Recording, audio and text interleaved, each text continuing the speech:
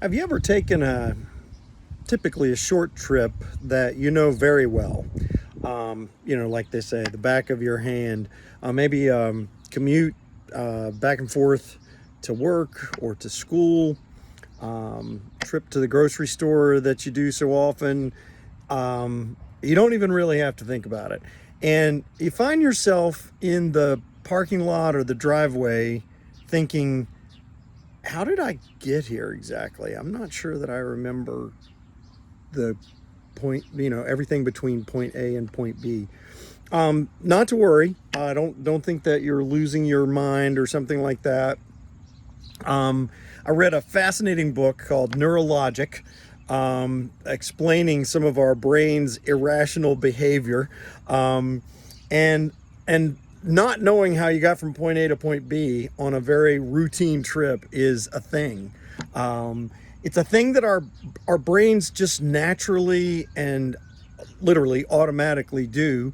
Kind of wiring in something that we do repetitively enough so that we can consciously go to sleep while we're doing whatever it is that our brains know. And we actually live a fair portion of our lives in this automatic mode where you don't even have to think about what we're doing.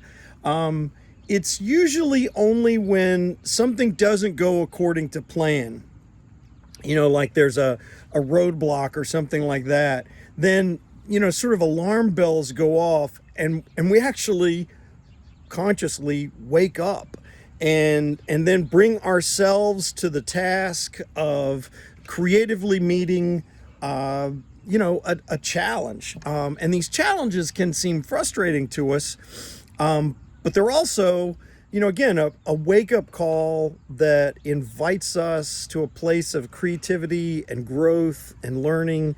We're going to talk about the Beatitude in which Jesus blesses those who are meek, that they will inherit the earth. Meekness is not something any of us like to typically be described as. I'm going to tell you a story about when someone described me as meek, and that it sort of feels like an insult, but we're going to gather around this blessing that Jesus has offered us, that defines meekness as trusting. So instead of fighting or raging against something that goes wrong, trusting our way into, again, a place of creativity, creative response, learning, growing, recognizing that God's hand is even in and especially in those things that don't go according to plan, to our expectations, the way we've come to know the world so well that we can fall asleep living through it. Life is worth living while we're awake. And so I hope you'll join us Sunday. My name is Bo Gordy Stith. I'm the pastor of media and communication at Epworth United Methodist Church in Rehoboth Beach, Delaware, where we'll be gathering around this wonderful blessing and discovering how we too can be blessed and awake and alive. See you Sunday.